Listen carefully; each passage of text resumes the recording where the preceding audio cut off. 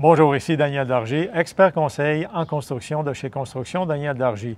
Aujourd'hui, nous désirons vous parler du thème de affaissement de plancher et lettre de conformité en structure par un ingénieur.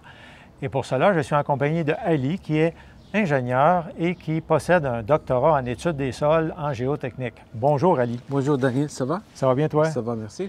Alors, merci Ali de bien vouloir faire cette entrevue afin d'expliquer aux gens qui nous écoutent la situation qu'on va traiter aujourd'hui, c'est-à-dire un affaissement de plancher.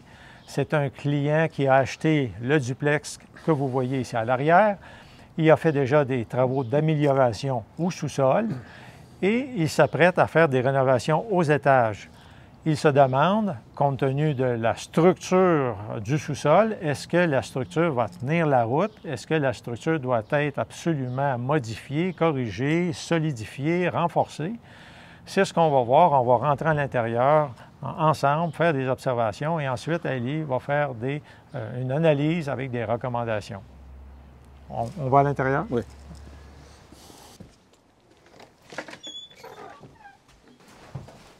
On voit ici un affaissement. À part d'ici, il y a un affaissement de 2 pouces à l'extrémité, à rapport à l'extrémité. Il y a 2 pouces d'affaissement. Mais quand on voit les murs, il n'y a pas de fissures sur les murs, il n'y a pas de fissures sur le plafond. Et puis aussi, il n'y a pas de fissures sur les murs à l'étage. Maintenant, on va aller au sous-sol pour voir le sous-sol et les poteaux de sous-sol.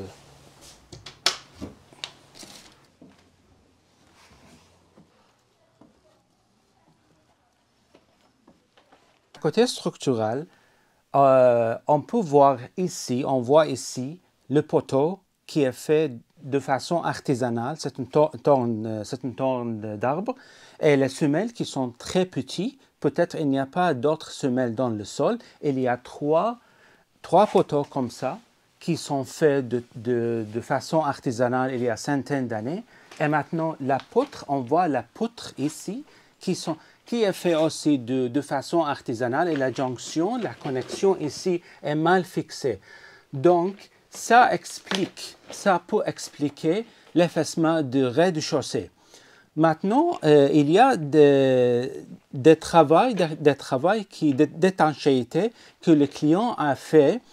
Ici, vous voyez le membrane et il y a un puits de captation et un déshumidificateur et l'étanchéité le travail d'étanchéité pour les murs qui le client a fait selon son budget, son propre décision et son propre budget. Donc, nous avons fait ensemble, Ali, quelques observations à l'intérieur. D'après toi, est-ce qu'il y a un danger pour les habitants, le fait qu'il y ait des troncs d'arbres, que les travaux soient faits d'une façon artisanale? Je ne pense pas qu'il y a un danger pour les habitants, même s'il y a un affaissement important dans le rez-de-chaussée, mais il n'y a pas de fissures sur les murs du rez-de-chaussée, il n'y a pas de fissures sur les murs à l'étage. Donc, c'est un très bon signe de stabilité de l'immeuble. Il faut dire que la peinture date déjà de 10 à 15 ans, donc ça fait au moins 10 à 15 ans qu'il n'y a pas de fissure. Exact, la peinture aussi, oui. Et l'affaissement est sûrement dû, d'après toi, au fait qu'au sous-sol, les semelles sont trop petites. Les semelles sont trop petites, ils sont faits avec une méthode artisanale il y a centaines d'années. Donc, il est compréhensible d'avoir un affaissement au rez-de-chaussée. Maintenant, est-ce qu'il y a une obligation pour le client de faire des travaux de rénovation, de stabilisation? Non, il n'y a pas de telle obligation de faire la rénovation du rez-de-chaussée ou la rénovation du sous-sol, mais c'est toujours la décision du client de faire ça. OK. C'est sûr que s'il veut ajouter plus de chances de stabilité, bien, il peut faire des travaux, mais c'est encore libre au client. Exact. Est-ce qu'il y a une obligation d'utiliser un ingénieur pour faire des travaux correctifs? Non, pour cet immeuble, pour les meubles assujettis à partie 9 du Code du bâtiment, il n'y a pas de telle obligation d'avoir les services d'un ingénieur, sauf si la municipalité exige avoir les services d'un ingénieur. Quand même, même pour les immeubles qui sont assujettis à partie 9 du Code du bâtiment, il est conseillé d'avoir d'utiliser le tableau de partie 9. Donc, je vais remettre ça un petit peu plus en ordre, là. Vous avez deux aspects.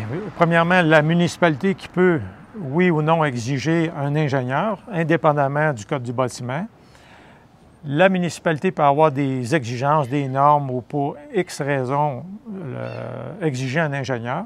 Et vous avez le Code du bâtiment et la loi des ingénieurs qui stipule que que la partie 9 n'est pas réservée aux ingénieurs. Mais comme Ali a expliqué, dans la partie 9, il y a comme des recettes, c'est comme un cahier de cuisine, un livre de recettes.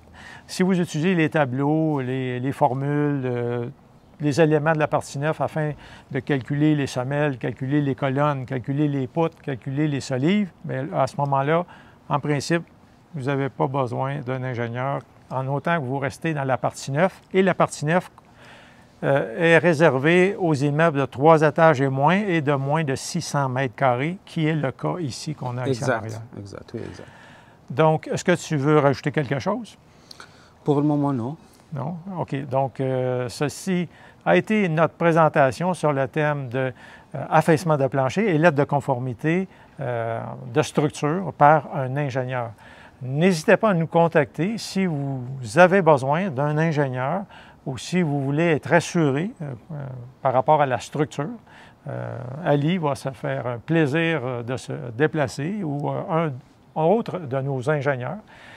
Ceci afin de peut-être faire une transaction d'achat ou de vente des meubles ou encore pour avoir du financement. Donc, c'est ça. On vous remercie et à la prochaine. À la prochaine.